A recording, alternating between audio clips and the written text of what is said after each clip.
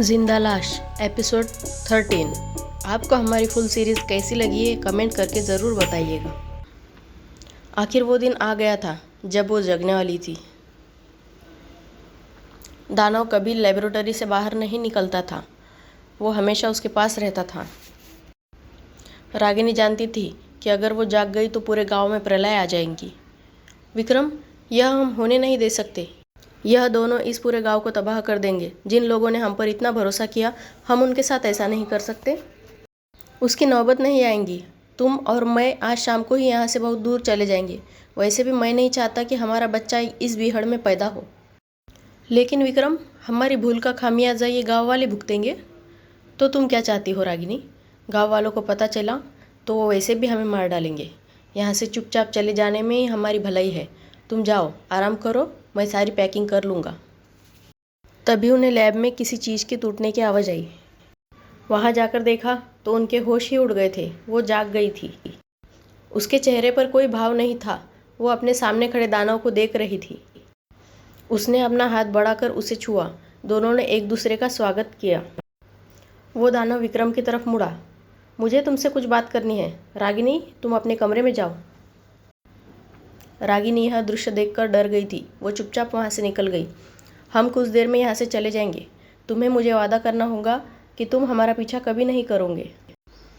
कुछ देर बाद दोनों जंगलों के भीतर से गुजर रहे थे, गांव वालों की नज़रों से दूर। उन्हें कुछ दिन गुमनामी में ही बिताने थे। रागिनी अब भी विक्रम से गुस्सा थी।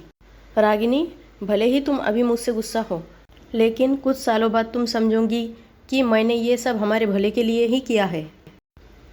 बात तो यही है विक्रम, तुम्हें इन सब में सिर्फ हमारा भला दिख रहा है। गांव वालों का क्या होगा? वो ज़्यादा देर जिंदा नहीं बचेंगी।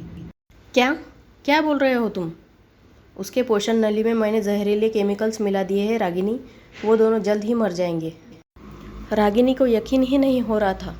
दूसरी तरफ दिव्या का केस फॉलो करते हुए पुलिस विक्रम और रागिनी के घर पहुंच गई थी। कब से दरवाज़ा खटखटा रहे हैं, शायद घर पर कोई नहीं है। तभी उन्हें अंदर एक भारी भरकम आवाज़ सुनाई दी। कोई है यहाँ, चलो अंदर। अंदर दानव और दिव्या को देखकर उन्हें बहुत बड़ा धक्का लगा। हवलदार वहाँ से भाग खड़ा हुआ। इंस्पेक्टर दिव्या को देखकर चौंक गया था, क्योंकि वो दिखने में दानव की तरह ही भयानक लग रही थी। दिव्या? लेकिन उसे कुछ याद नहीं था। वो इंस्पेक्टर भी वहाँ से भाग गया। तभी दानव ने देखा कि दिव्या के मुंह से झाग निकल रहा था। उसकी आंखें बंद हो गई थी। उधर हवलदार और इंस्पेक्टर बाकी गांव वालों को लेकर आ गया था। उन्हें चारों तरफ से घेर लिया गया था। गांव वालों ने लैब में आग लगा दी। सब कुछ धू धू कर जलने लगा था। तभी एक जोरदार ब्लास्ट हुआ। इंस्पेक्टर चिल्लाया, सब भागो यहाँ से। कुछ दिनों बाद रागिनी विवश होकर गांव में वापस आई। वो विक्रम को बिना बताए ही आई थी। एक बार देखकर संतुष्ट हो जाऊं कि गांव में सब कुछ ठीक है, फिर वापस चली जाऊंगी। लेकिन जब वो अपने लैब पहुंची तो उसे यूँ जला पाकर वह बहुत घबरा गई। ये सब यहाँ क्या हुआ? किसने किया? वो रोते हुए बाहर आई तो उसे घर के पीछे के जंगलों में किसी के कराहने की आवाज़ आई। अधजला शरीर में वो दानव वहाँ पेड़ों के नीचे बैठा हुआ था। वो दिखने में और भी भयानक लग रहा था। तुम? रागिनी को देखकर दानव गुस्से से उस पर टूट पड़ा। उसने लपक कर उसे ज़मीन पर गिरा दिया। रागिनी उससे बचने की कोशिश करती रही, लेकिन वो बहुत ताकतवर था। अपने पेट को पकड़े हुए वो अपने आप को बचाती रही। तभी दानव ने रागिनी का सर पास में पड़े पत्थर पर पटक दिया। उसी वक्त वो गुजर गई। घर के सामने निराशाजनक हालत में विक्रम खड़ा था। उसे अंदाजा था कि रागिनी यहाँ होंगी। तभी उसके सामने वो दानव आया। उसके हाथ खून से रंगे हुए थे। दानव की अवस्था देखकर ही वो समझ गया कि वहाँ क्या हुआ होगा। वो भागकर अपनी गाड़ी में बैठा। दानव ने भी उसका पीछा किया। वो उछलकर उसकी गाड़ी के ऊपर चढ़ गया।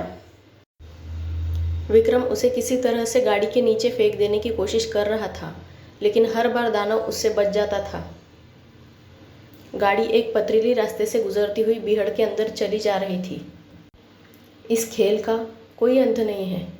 रागिनी सही कहती थी, इसकी जिम्मेदारी मुझे ही लेना पड़ेगी। विक्रम ने गाड़ी की स्पीड बढ़ाई और तेजी से खाई की तरफ बढ़ गया।